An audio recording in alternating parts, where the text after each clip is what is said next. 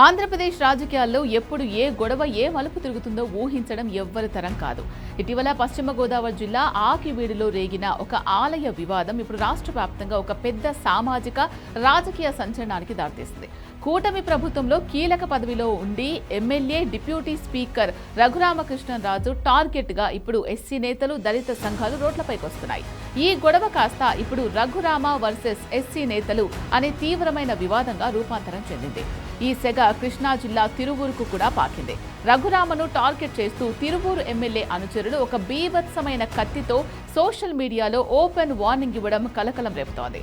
అసలు ఆకివీడిలో ఏం జరిగింది? రఘురామను చంపేస్తామంటూ కత్తులు ఎందుకు బయటకొచ్చాయి?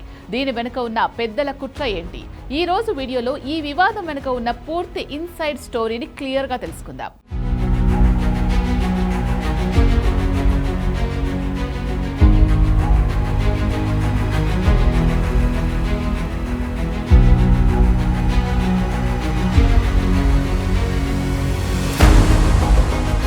ఈ వివాదానికి మూల బీజం పశ్చిమ గోదావరి జిల్లా ఆకివీడులోని పెద్దపేటలో పడింది.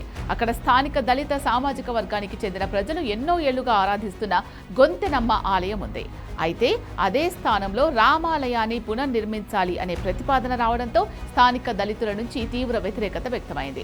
తమ సెంటిమెంట్తో ముడిపడి ఉన్న ఆలయాన్ని తొలగించడం సరికాదని వారు ఆందోళనకు దిగారు. ఈ క్రమంలోనే స్థానిక ఎమ్మెల్యే రఘురామకృష్ణరాజు అక్కడ పర్యటించడానికి వెళ్లినప్పుడు ఉద్రిక్తత పీక్స్ కు చేరింది. రఘురామ వాహన శ్రేణిపై కొందరు నిరసనకారులు రాళ్ల దాడులకు తెగబడ్డారు.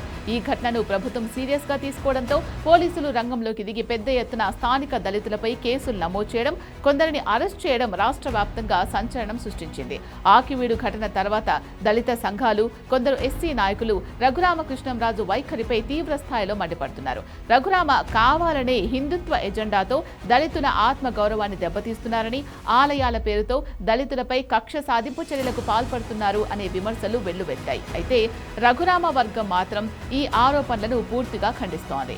తాము ఏ కులానికి వ్యతిరేకం కాదని, కేవలం ఆలయాల పరిరక్షణ మరియు ధర్మ రక్షణ కోసమే పోరాడుతున్నామని, దీనికి కుల రంగు పుయ్యడం రాజకీయ కుట్ర అని వారు వాదిస్తున్నారు.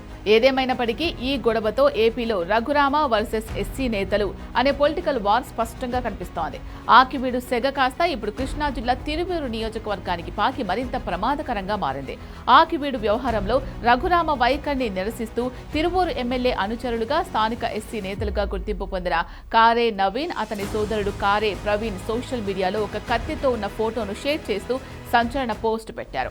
ఆఫ్టర్ ఆల్ ఒక ఎమ్మెల్యేని వేసేయలేరా, ఎలాగైనా టార్గెట్ పూర్తి చేస్తాడు అంటూ రఘురామకృష్ణరాజును ఉద్దేశించి వారు చేసిన వ్యాఖ్యలు రాజకీయ వర్గాలను షాక్కు గురిచేశాయి. దీనిపై రఘురామ సోషల్ మీడియా గ్రూప్స్ లో ఒక మెసేజ్ చేశారు.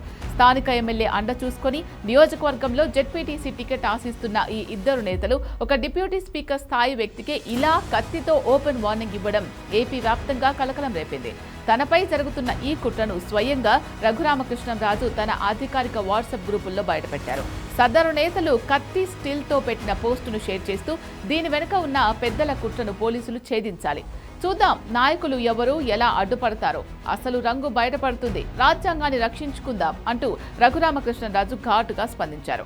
ఒక బాధ్యతాయుతమైన పదవిలో ఉన్న ప్రజాప్రతినిధిని ఈ రకంగా బహిరంగంగా బెదిరించడం వెనుక పెద్ద తలకాయల హస్తం ఉందని ఆయన అనుమానిస్తున్నారు. కూటమి శ్రేణులు కూడా ఈ ఘటనపై తీవ్ర ఆగ్రహం వ్యక్తం చేస్తూ తిరువూరు ఎమ్మెల్యే అనుచరులపై తక్షణమే పీడీ యాక్ట్ కింద కేసు నమోదు చేయాలని డిమాండ్ చేస్తున్నారు.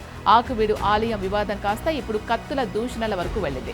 ఒకవైపు దళిత నేతలపై కక్ష సాధింపు చర్యలు ఆపాలని వ్యతిరేక వర్గాలు డిమాండ్ చేస్తుంటే, మరోవైపు రాజ్యాంగబద్ధమైన పదవిలో ఉన్న డిప్యూటీ స్పీకరే రక్షణ లేకపోతే సామాన్యుల పరిస్థితి ఏంటని కూటమి నేతలు ప్రశ్నిస్తున్నారు. మరి ఈ తీవ్రమైన బెదిరింపుల పోస్టులపై పోలీసులు ఎలాంటి చర్యలు తీసుకోబోతున్నారు?